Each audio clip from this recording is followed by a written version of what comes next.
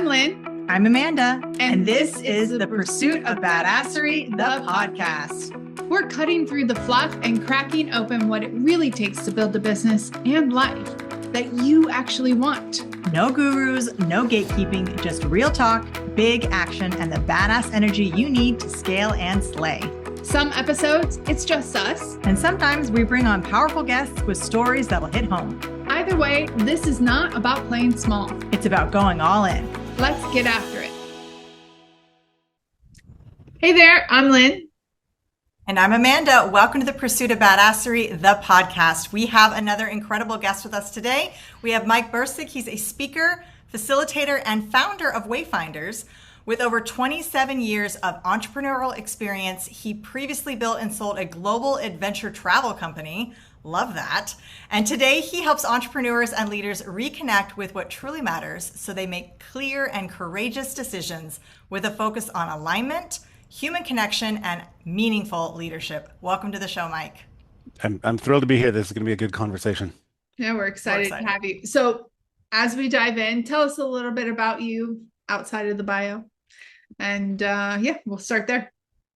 I guess if I'm going, beneath the bio and the publicly available stuff, I could say that if there's one thing that defines my life, it is that idea of embarking on a journey.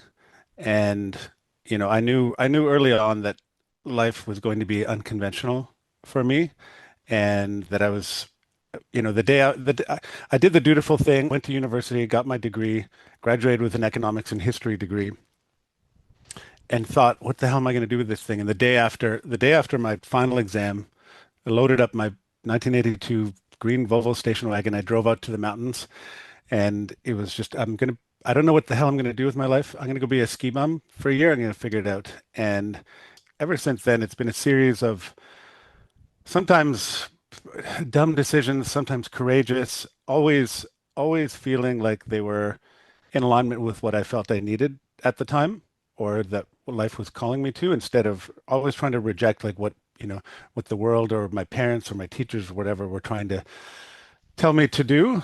And that's been, perhaps a more difficult path than choosing the conventional one, but it's ultimately been a richer one. And so maybe that's as I get to this point in my life and I can look back, and as Steve Jobs says, connect the dots looking backward, I can see all these series of kind of, courageous choices that I've made that I feel proud of. And they were generally the more difficult path. But at this point in my life, I feel like I've made the decisions that were aligned with my core, with my soul, with what I wanted, for better, for worse.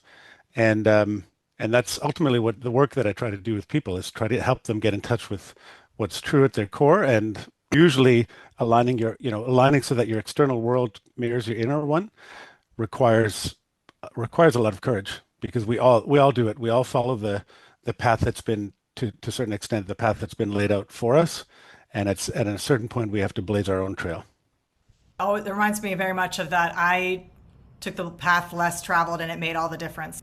You talk about these courageous decisions, and I know that now hindsight is 2020. When I think back of courageous decisions I made over the years, I think that in the moment they might have been considered dumb decisions or reactive decisions. So what makes a decision courageous versus reactive? I think what makes a decision reactive ultimately just comes down to one thing: fear. Right? We become consumed, and I see this, and I've seen this happen when people come to my events and they have this moment of clarity and they just jump right in. They jump right in and they blow up their life or whatever that may be. And so I'm very careful to make sure that people are really doing the work to understand what's going on at their core. So I'm going to use this word soul a lot. It's a word I've had a complicated relationship with, because I grew up in a Catholic household, went to Catholic school, was given the doctrine of Catholicism. I left the church, left Catholic school in grade 9, and really kind of threw out the baby with the bathwater, and threw out this whole idea of spirituality with the Catholic faith. And it's been a long, slow journey back to something approaching spirituality in my own way. But this word soul, it is not a religious word, but it's a shorthand that I use for this, what we have at our core, the true self that we have at our core. Underneath all these layers of onion, this multi-layered onion of what we should be, who we should be, how we should be, all these, things that people tell us that we are, and getting to that core is difficult work, really understanding it, because there's so many messages to sift through that we've internalized, that we've believed wholeheartedly. And I call it this process of archaeology, of going through all of that and finding what is true at your core. And and that is more difficult work than just the immediate reaction, like, oh, I really don't like my job, or I don't like my company, or I don't like my marriage, or whatever. I need to just blow things up and try something else. But usually when you dig down a little bit deeper, there's something more at play. And when we do the work of really discovering what that is, then we can make more aligned decisions. They're not impulsive. They're not made out of fear. So, with my events, I, I create a context where people can get real clarity on who they are, what they want, and then create a roadmap for getting there. But I also tell them, avoid major decisions for 30 days. Really take the time, spend time with people who know you, spend time with a therapist, spend time with, fellow members. Really get at the heart of what it is that you are looking for, that your soul is looking for, and then you can start to make aligned decisions. And sometimes they're going to require a lot of courage, like leaving a marriage, selling a company, whatever that may be. But you're not making them out of impulsivity. You're making them out of a very clear and grounded place. That's super important.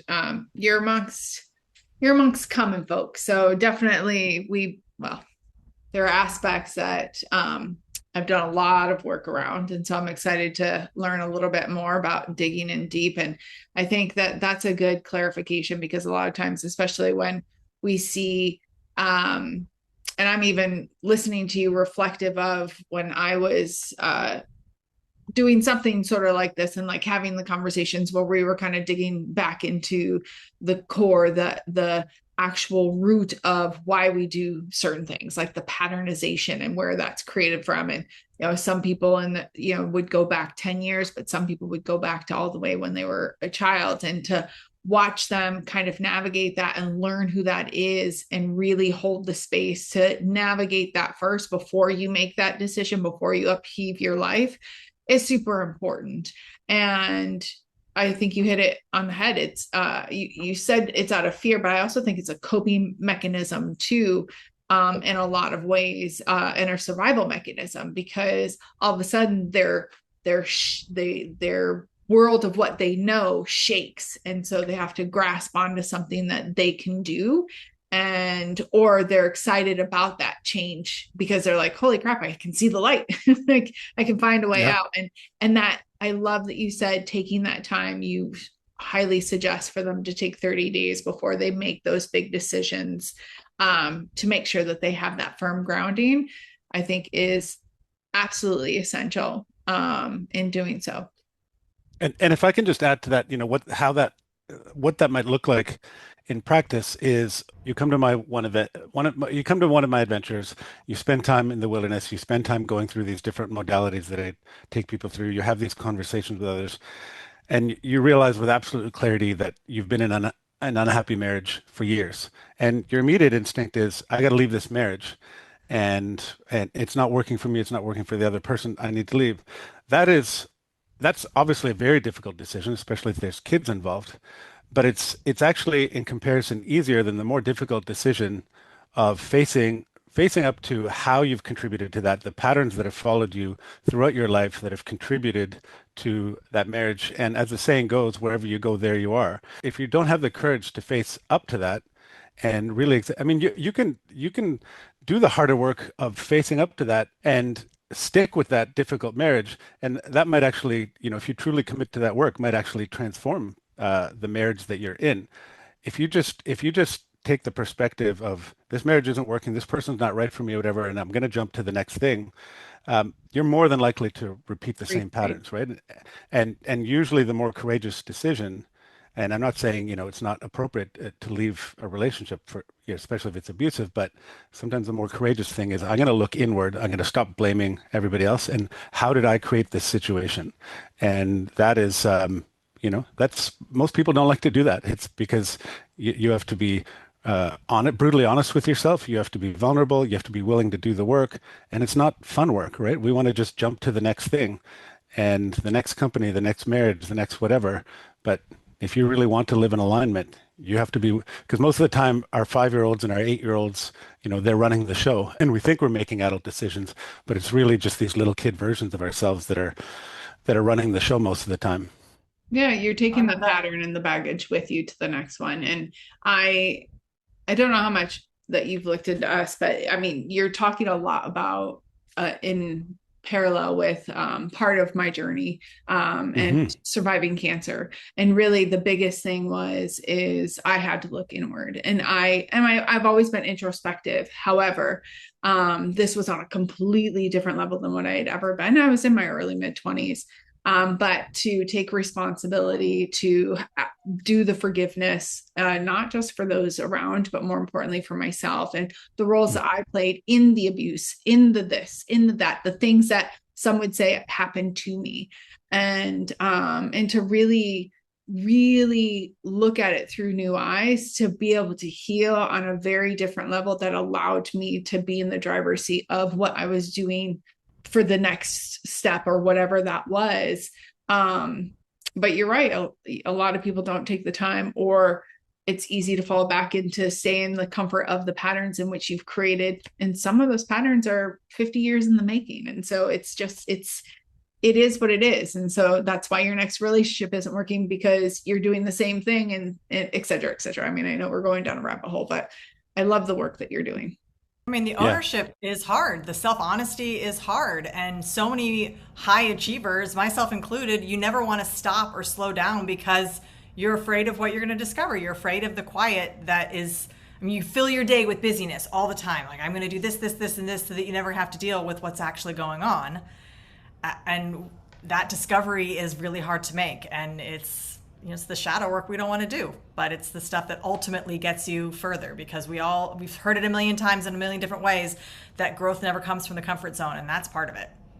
That points to some very specific intentional aspects of my model, one of which is this idea of wilderness as teacher or wilderness as co-facilitator. And when I take people out of their very familiar environments, their office, their typical group of friends, their relationships, whatever, take them into the middle of nowhere in Mongolia or into the jungles of, Papua New Guinea, whatever. It's such a radically different context for them. And I force them to stop and slow down. And sometimes we will send people out into the wilderness on their own for 3 hours or 4 hours or 24 hours or whatever that may be, without anything, and force them to actually sit and force them to actually feel what's in their body, because there's so much wisdom coming at them all the time that they don't want to listen to, right? And workaholism is such a socially acceptable way to deal with distraction and numbing and all that, but that's really what it is, right? It's a way of avoiding our feelings. And the other thing you pointed to was this idea of a comfort zone. And so a lot of what I do is based on taking people out of their comfort zone, putting them in their stretch zone. And that's where the growth happens, when you confront these edges, when you confront how you react to, a physical challenge or emotional challenge or whatever. And so the key is, trying to get people into that zone, but not put them in their panic zone. Because you put people in their panic zone, then they start to contract, and then, then you're not serving anyone. But, you have to intentionally, if we want to grow, if we want to heal these older parts of ourselves, we need to confront them. We need to listen to them. We need to pay attention to them. And so one of the most useful things that I've come to at this point in my life, after a few decades on this planet, is this idea that every struggle contains within it the seeds of an incredible learning. And right now I'm in this season where the last couple of months have brought some incredible challenges my way. And it's some days it's like, oh God, this is really grinding me down. But and at another time in my life, I would have just lay in bed. I would have pulled the sheets over my head and think, why is this happening to me? This is awful, and paralyzed. But now I've been through this cycle enough times to realize, oh, the last 4 or 5 times I went through this, I came out of it with some incredible gifts and some incredible learnings. And so I can stop and I can pause and I can say, what is the learning in this? What am I being asked to face? What am I being asked to learn? Where am I being asked to grow? And then stop long enough to be able to hear the answers to those questions. And then it takes something that's incredibly difficult and brings a lot of meaning to it. And I don't have to wait 3 years down the road to figure out what the meaning is. I can ask, or the answers don't come right away, but they do come quicker now that I've recognized what it is. We have to be open to listen. I mean, one step is absolutely the ask, right? Being in that and asking. But I think, I don't want our audience to not hear that you're actually listening as well. I mean, I know that you do the work to help people cut out the noise and listen, like you said, even up to 24 hours alone in the forest or whatever. But you're open to listen. So give our audience an example, or what are some things that they can do, because maybe they can't even like ask themselves the question, or they can't hear what's going on. Share some of the knowledge in which you walk people through. Different modalities I might use during my events, but there's also different practices that I encourage people to take home with them, or to pursue on an ongoing basis. Ultimately, it comes down to stillness. Stop the running, stop the outpacing, stop all the hustle and whatever. Of course, you have to put in your time at work. You got to pay the bills and all that kind of stuff. But at a certain point, for a lot of the entrepreneurs in my network, it crosses over to doing what they need to do, and then just trying to avoid facing what needs to be faced, right? And so you need intentional time for stillness. And so that can take many different forms. It could, if you happen to be lucky enough to live somewhere where there's something approaching wilderness nearby, is just daily time in the wilderness by yourself. Or it could be a breathwork practice. Right now, I'm doing this daily, committing to this amazing breathwork I found on Inside Timer by a woman named Brie Melanson. And I've done I've done breathwork almost daily for 5 years, but this one has been cracking me open like nothing else. And it's over the last month or so, it's just every day, it's like something is coming out, whether it's tears, or I'm, or just shaking or raging and I'm beating up the pillows or whatever. But it's like there's something that wants to move through my body that's coming out through this. Journaling, meditation, whatever that may be. But the important thing is to just be still enough to allow the questions to come, and still enough to allow the answers to follow after that. And you need to create intentional time. And most entrepreneurs will see that as wasted time, like, oh, I'm being unproductive. But that, for me, in my experience and the people I've worked with, is some of the most productive work you can possibly do, because it helps you get clear on your own truth, and it helps you get clear on how to live around that truth. And and I sort of look at it as, building a team around me as well, so that I have people who will support me on that journey, but I also have people who will lovingly, be fiercely challenging, and help me with love and care, but really speak truth to when I'm talking bullshit, and have qualified people, therapists or whatever, supporting me on that journey, because it's difficult getting to that truth, if that's a journey you want to go on. And I would argue that's ultimately the most worthwhile journey we can go on as humans, is that journey towards our own truth. But if you're really committed to that journey, it's going to be harder than you think, but it's going to, the journey and the destination are going to be more beautiful than you think as well. And so find your own way to commit to that journey, whatever that may be, but make the time for it. It's most rewarding. I have to ask, because it won't shut up in my head, that, you had this very successful business and you sold it, and then you went into Wayfinders.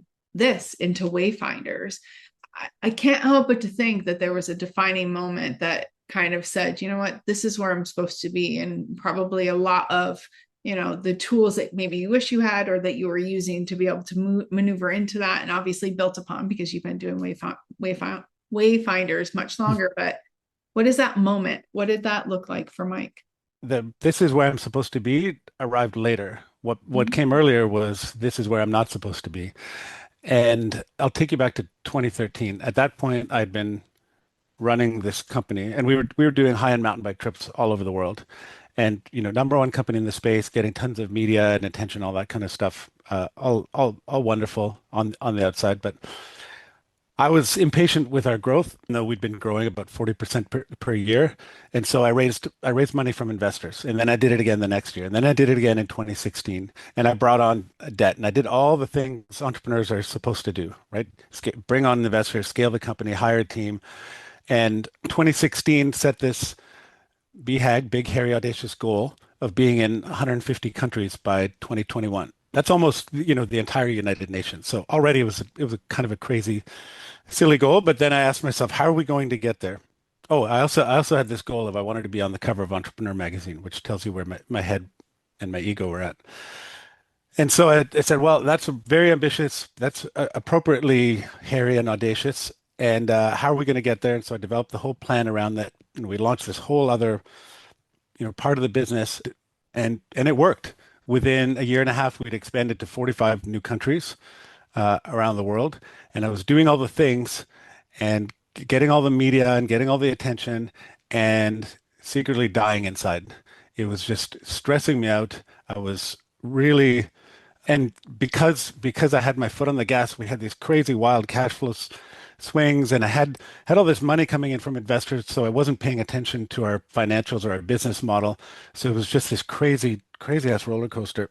And after about 2 years of that, and keep in mind I had young kids at the time, I had 3 young kids at the time as well. And after a couple of years of that, two things happened. And these are the moments you were asking about.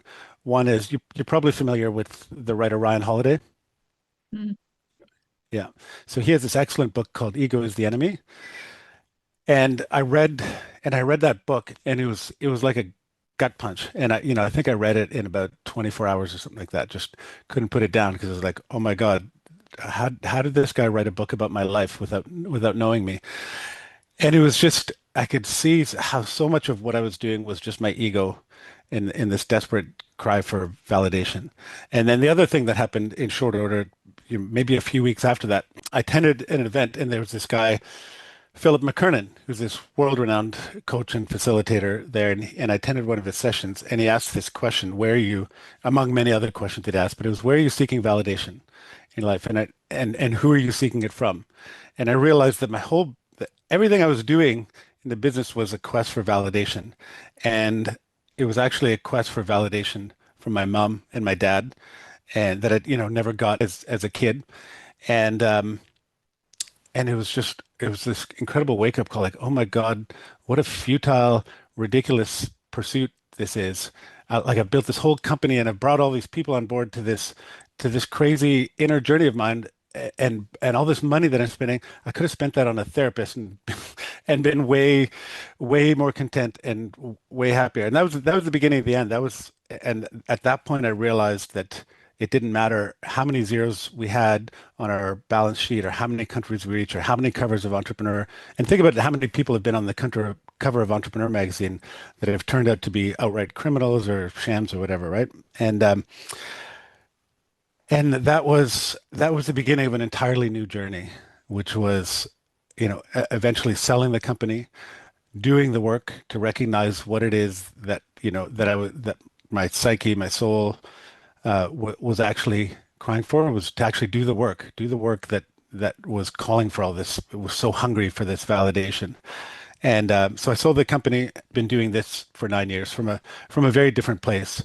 My ego's still involved. I can't completely retire my ego, but mostly from a place of service, of wanting to serve an amazing community of people and help them on their journey. So, yeah, those were the two moments. Okay, then now you have to share the moment where you realize this is where you're supposed to be. So those were the defining moments, but you said later you realize this is what you need to be doing. It took a few years to come around to that.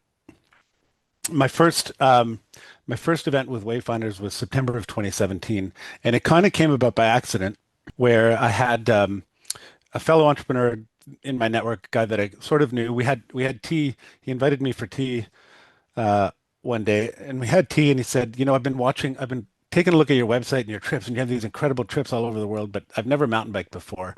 And do you have, any trips that I could do? And I said, well, not really. They're kind of all for more experienced people. But if you can get a group together, we can do something custom for you, and we'll throw in some lessons, and we'll put together a really cool thing. And then one thing led to another. This group of 18 entrepreneurs came together, And I thought, well, let's make this, let's bring together this. We were all kind of going to, these entrepreneur conferences, and there was lots of, speakers and workshops and whatever. And I started with the premise of that stuff's all useful and it's great, but what's really most useful to people, the connections that they make at these events. So let's start with connection as a guiding principle.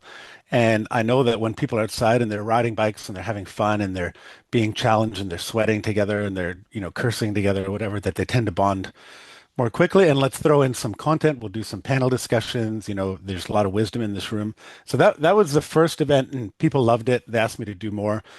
So the next couple of events were sort of on that same model. We ditched the mountain biking thing because the Venn diagram overlap was too small, but it was entrepreneurs doing fun, challenging things outdoors, a little bit of, wisdom and content and that kind of stuff. And that was really fun, and eventually sold the other company so I could focus on this. That was fun and really valuable. But then I started taking people to places farther and farther away, and I realized and I noticed that when I was taking people, the farther away I took them from what was familiar, the more of a personal journey they were undertaking, the more value there was in that, aside from just the connection and the content, whatever. And then COVID hit. And then I had, by that point, I had the benefit of a fiercely loyal group of customers, very intimate connections because they were coming back and doing multiple events, and I came to know these people really well. So everybody was super chill. Nobody was asking me for refunds or anything. They were like, just get around to this whenever we can. And so I had a whole year and a half off before I ran my next event. So I really dove deep into developing my skills as a facilitator. And then by the time I could run another event, which was September of 2021, I ran an event in Greenland. And the logistics around that were nightmares, and all the PCR testing and everything. It was just such a pain in the ass. But we made it to Greenland, and I decided, the gloves are off. I'm going to create something really deep and meaningful for these people. So I took this new approach of let's take people on an inner journey in this incredible landscape in the middle of nowhere, this massive country, half the size of, the US or whatever, that's home to 50,000 people, just wilderness everywhere. And the moment was when I could see how deeply that landed for people, just having the opportunity to show up to this wild, crazy place, open up, be real about the struggle. And, what we realized when everybody, got around to finally opening up and sharing was that everybody was dealing with something. Everybody's struggling with something at any point.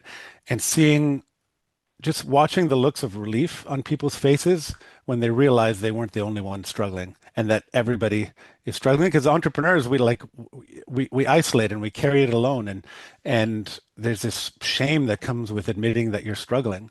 And when got people in a room, it's like, oh, you're struggling with the same thing, and like, oh, you're struggling with that, but I can relate to that because I was going through that 2 years ago. And it's like everybody sort of like this collective metaphorical exhale of like, oh, I don't have to carry this alone. And that was the moment where I realized, oh, this is the true work. This is the real work of creating an environment to be able to explore this and help people on their journey. Absolutely. So if someone is listening now, kind of standing at a crossroads right now, what's something that you would want them to remember and to push for? I'd want them to remember that the good answers, the really good, honest, true answers don't come quickly.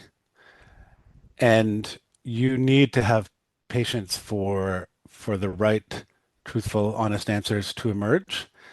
And, particularly if we're in the midst of like a really challenging season and it feels like we're in the midst of a transition, and we just want to get out of that quickly because it's so uncomfortable, and it's like, I hate my job, I hate my marriage, I hate where I live or whatever. And we just want to get out of that as quickly as we can. Usually the quality of the answer that comes from asking the right questions is in direct proportion to how patient you're willing to be to listen for the right answers. Because usually the good answers don't come quickly.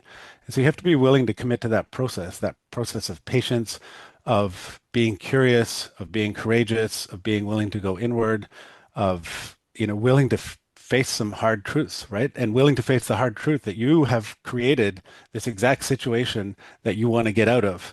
And you are also the answer to getting out of that. But the answer to getting out of that isn't to land on the first thing. And I want to tell you a story.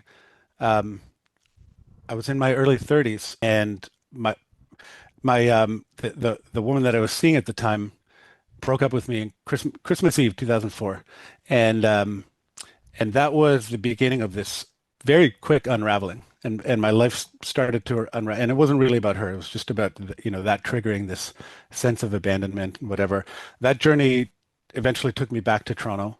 I was living in British Columbia at the time, and it took me on this 2.5 year journey of darkness, like really, really dark and deep depression, and most days I could barely get out of bed. But I eventually found my way to this very gifted therapist. His name was David, and I'm so grateful. He essentially saved my life. I think if I hadn't found him, there's a good chance I wouldn't be here today. And he took me on this journey, and the first part of that journey was finally allowing myself to feel. And what I needed to feel and what my body needed to feel for the first time was the grief that was locked inside there around my father's death. My dad got sick with cancer when I was 14. He died when I was 16. I was a teenager. I was not equipped to know how to handle grief. My mom had wonderful intentions about sending me to a therapist, and she knew that this was a monumental event, but I was just resistant and just like, nope, I'm going to push that all down. I'm not going to feel it. And so the first phase of working with David was allowing all this to come out, and it was grief and sadness, incredible amounts of anger. It was just so much anger at my dad, at the world, at whoever. And I was also in this phase of figuring, what the hell am I doing with my life? And as I started to come out of that, my immediate answer, again, the quick answer was, I need to just fold my company. I was running the adventure travel company at the time. I need to fold this company. I don't even want to go through the process of trying to sell. I need to just fold it right away. And I decided I wanted to become a naturopath, and I wanted to study natural treatments for. I wanted to help people with natural treatments for cancer. And on the surface, that seems like, oh, there's so much meaning in that. Your dad died with cancer, and now you can go on this journey to help other people with cancer. And my therapist, being the gifted therapist that he is, he said, okay, this seems like it could be beautiful. Let's explore this a little further, because he recognized that, hey, this is sort of a knee-jerk, kind of a little bit of a knee-jerk reaction. It might be the right one, but it also came very quickly. And as we explored that, it became more and more clear that that's exactly what it was. It was this impulsive reaction. It's like, oh, I finally allowed myself to feel this grief. My dad died of cancer, and now I'm gonna work with cancer. And I think that's what a lot of people do, and it can make sense. But in hindsight, I don't think I would have made a very good naturopath, and I wouldn't have enjoyed it. And the journey that took me on was, I ended up, at the time I was just running this company in British Columbia. This journey ended up taking me all over the world for the next 15 years, growing this company. And I maybe stayed in it 5 or 6 years too long, but the next, 8 to 10 years after that it was just aligned with so many of my passions and interests and the work that I was doing. And so, and I could have, at the age of 34, I could have spent the next 4 years of my life and probably $150,000 investing in naturopathic college, and then graduating with this massive debt in a job that I probably wouldn't have liked. And so thankfully I had the support of somebody who said, hey, that's great, but let's wait for some more patient answers. Is there anything that we haven't spoke about, or anything that you want to leave the audience with? We could have spoke about it. You want to go deeper, or we haven't spoke about it? I'm actually curious, what about this landed for you or resonated for you? Is there any part of your journey that you see in what I've spoken about that you recognize, or something that might resonate for you right now in the journey you're on right now? If I can be so bold as to turn the microphone around. Yeah, I mean, I have no problem saying, and I think I shared earlier, like a lot of what you talk about, the journey that you've been on, although not the same steps, obviously, we walk our own paths, is very much something that I've done personally. And I've had the beauty of working through it. It hasn't been always comfortable. It's definitely been scary as fuck sometimes, but it has been absolutely life-changing for me and for my children, because it's helped me be able to show them different. And obviously I do that in what we do as a profession as well. And it's things, a lot of what you said are things that, although I want to go to Mongolia, but like, I like going to different countries. When you were talking about it, my trip to Peru by myself, I'm single, my kids were older. I live in Thailand by myself. Amanda is a single mom in Thailand as well. And so we definitely don't do the normal path, right? Like Robert Frost says. And my trip in Peru and hiking up the Rainbow Mountain, like as you were talking, like all I can think about was that dialogue that I had with myself. And it was so deep, and it was so many different levels. And it wasn't just myself. It was karmically generations before me and spiritual guides and all of the other things that I had that absolutely called me to really listen. I had to listen because it's really high up. You hike from 14 to 17,000 feet and you're not trained to do it. Like it's incredibly hard, and I was sick and all these things. But so yes, a lot of what you said absolutely resonates with kind of the story of who I am personally, the things that I've been through and the things that I continue to. I'll say I don't necessarily dive deeply into that, but I definitely guide some people in that way on very cool levels to be able to do that. And so there are a lot of things that you spoke about that's why I said earlier, like monks like feels like commonality, a lot of commonality in some things. So definitely. If I can just ask a follow-up to that, and then I'd love to hear from you, Amanda. Do I know a bit about your journey with cancer, and I know, you exited an abusive relationship. And do you, at this point in your life, look back at those things with gratitude?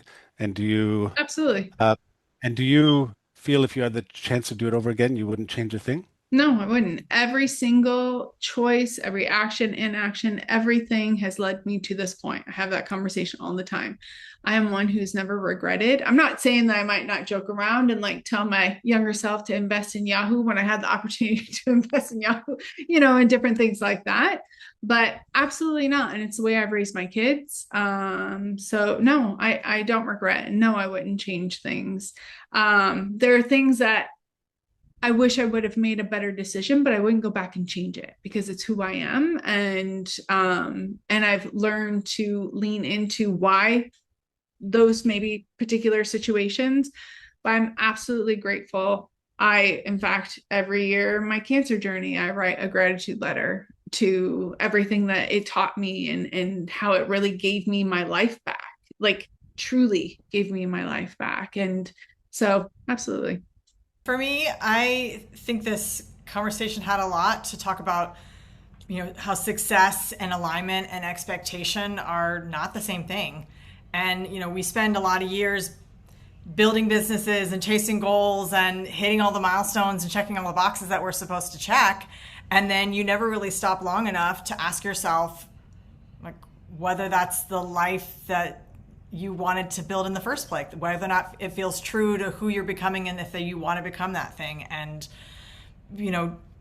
looking back through pushing down and shoving down traumatic things or huge events in my life, deaths and horrible things, but you push them down and you push through and you don't want to look at those things and you don't think about how they shape you in different ways. And it's a reminder a lot of times that those moments of discomfort and questioning and uncertainty, like sometimes they're a sign of something that's wrong, but sometimes they're a sign that, it's an invitation to pause. It's an invitation to reflect. It's an invitation to make adjustments in how you're living your life. And we talk about courage at the very beginning of this podcast, and it does take courage. And it's not the courage that's like Instagram shot from the rooftops and from the mountaintops. Sometimes it's the quieter kind of courage, and asking to be honest with yourself, even when the answers might change the direction of your life and your purpose and your business and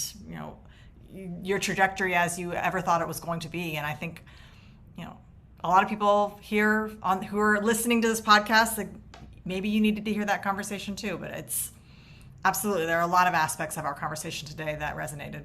Yeah, I mean, I think if there's one thing I wanted to maybe leave with your listeners, it's this. I talked about this in season 1 of my podcast, which which looked at midlife through the lens of the hero's journey or the heroine's journey. And, as Joseph Campbell defined it, there's these various stages, and the first stage, he calls it the ordinary world, just your ordinary life. The second stage is the call, right? There's some sort of call to adventure. For the typical person or the typical person in midlife, when a lot of this stuff seems to happen, the call usually, it's not, some call from God or the universe. It's usually something like really difficult thrown our way, whether it's, the loss of a loved one or loss of a job or whatever. It's like all of a sudden the old world doesn't make sense anymore.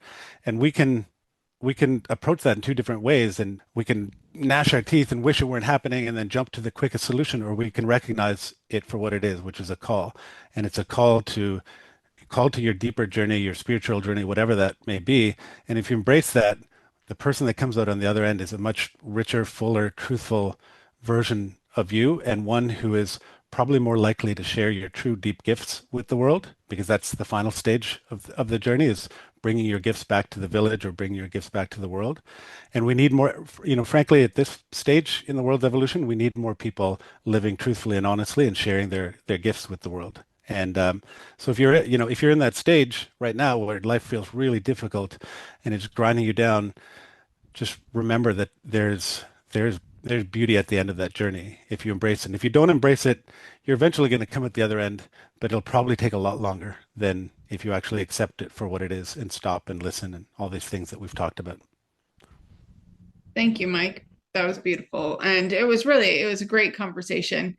For those of you listening, little different than what we normally have on, but a lot of the same essence. And I think that this is very much needed. And I agree with you. We need more of people coming back to their truth and bringing that their gifts back to the community, so on and so forth. And so thank you so much for everything that you do. I'm so glad that you came across our podcast, and we're in each other's communities now. So thank you for the work that you're doing. Absolutely. And how can everybody get in contact with you? Yeah, the website's probably the best way, way-finders.com. And I'm excited. We're launching, I've typically just done these big, crazy expeditions and wild places around the world, and they're usually 8 to 10 days, and they're a big ask of people, particularly if you're in midlife and you got kids and whatnot. So we're launching these new things I call immersions, and it's just 3 nights. We're doing the first one a couple hours at this beautiful property 2 hours north of Toronto with my good friend, incredible co-facilitator, Alon Ozeri, and we're going to be doing all sorts of different modalities and energy work and body work and somatic stuff. And I'm excited about that. And we're still doing cool adventures. I'm heading to Bhutan. I'm heading to Iceland very shortly, and then heading to Bhutan in the fall. So lots of good stuff on the horizon. Bhutan's right around the corner. We're just talking about Bhutan, a couple of days ago.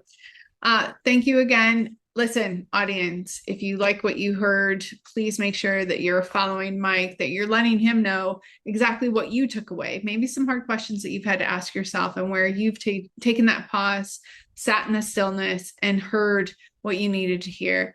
Make sure that you're reaching out, letting him know exactly what you took away from this podcast, and get on his list to find out what's up and coming for him. Absolutely. I feel like I want to go to all the countries. Like, let's go to all the places and do all of the introspective learning about ourselves and being honest, radically honest, ruthlessly honest with who you are and where you want to go. Make sure you're hitting that subscribe button, like, follow, all the things. And until next time, get after it. Thanks for tuning in. But remember, listening is not doing. Take what you heard today and move. Share the episode, leave us a review, and tag us when you take action. Head over to thepursuitofbadassery.com and see how we're helping entrepreneurs get results without the fluff. Until next time, let's get after it.